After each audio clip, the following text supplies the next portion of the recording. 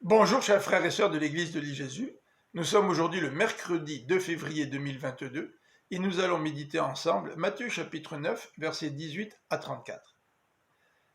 Ce texte nous présente trois récits de guérison.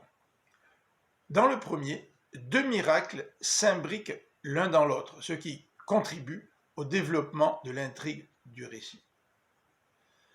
Jaïrus, le chef de la synagogue, comme nous le précisent Marc et Luc, vient voir Jésus. Sa fille vient de mourir. Et il désire que Jésus vienne chez lui pour qu'il la ressuscite.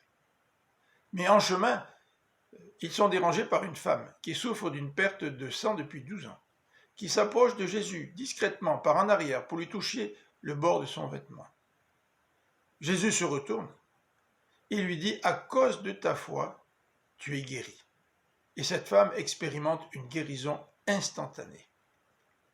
Mais que va-t-il se passer avec Jaïrus et sa fille? Les versets 23 à 25 nous présentent la conclusion de cet épisode. En arrivant chez Jaïrus, Jésus voit que les joueurs de flûte professionnels ainsi que les pleureuses engagées à l'occasion d'un décès sont déjà là pour mener le deuil. Cette fille était déjà bien morte. Jésus la ressuscite. Et cette nouvelle se répand comme une traînée de poudre. Et les versets 26 à 31 nous présentent le deuxième récit de guérison. Deux aveugles viennent voir Jésus en criant « Fils de David, aie pitié de nous ». Jésus leur pose la question suivante « Croyez-vous que je peux vous rendre la vue ?»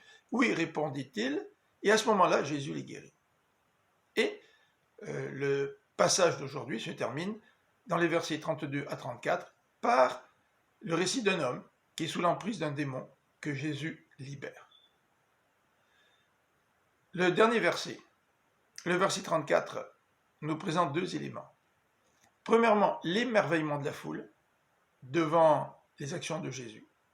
Et deuxièmement, le mécontentement des pharisiens qui voient la popularité du Seigneur grandir de plus en plus au sein du peuple.